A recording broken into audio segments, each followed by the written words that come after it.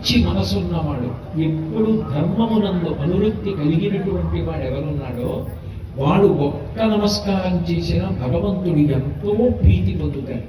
ఎందుకనంటే ఆయనకి ఎప్పుడు ఆలోచన ఏమిటంటే నేను చేసినది చూసి భగవంతుడు సంతోషిస్తాడా, భగవంతుడు సంతోషించడు, నాకు అక్కర్లేదు. భగవంతుడు సంతోషిస్తాడు, అది కష్టమైనా చేస్తాను, సుఖమైనా చేస్తాను, ఆయన సంతోషం నాకు కావాలి.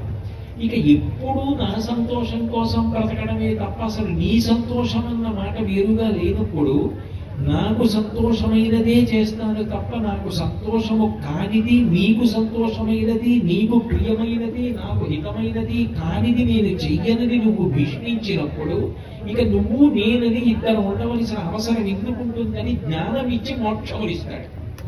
కాబట్టి జ్ఞానమునకు కారణం ఏది అంటే ధర్మమే. ధర్మము అంటే భక్తి యొక్క ఆచరణ.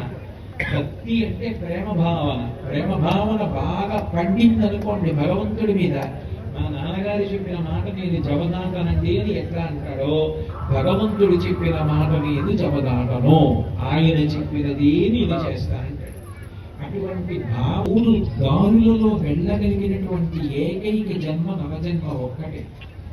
నేను శాస్త్రం ఏం చెప్పిందో అట్లాగే ప్రవర్తించి ఎప్పుడూ మంచి పనులు చేస్తాను, పుణ్యకార్యములే చేస్తాను. దీని వలన నాకు ఉత్తమ ఫలితం కావాలని చేసిన వాడు ఎవరు ఉంటాడో వాడు దేవతా పదవులలో పెడతాడు. అంటే వాడికి పుణ్యానికి ఫలితం కావాలని అడిగాడు కాబట్టి ఆయన దేవతా పదవులలో కూర్చుంటాడు.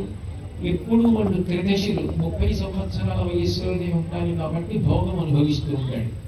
అయితే మనకి ఎంత డబ్బున్నా ఖర్చు పెట్టుకుంటూ వెళ్ళిపోతే డబ్బు తరిగిపోయినట్టే పుణ్యం కూడా దేవతా పదవులలో కూర్చొని భోగం అనుభవించగా పుణ్యం తరిగిపోతుంది.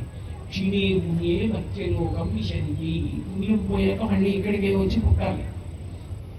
కాబట్టి నరుడిగా పుట్టినవాడు కేవలము పుణ్యమును సముపార్జన చేసి దేవత కాగలడు.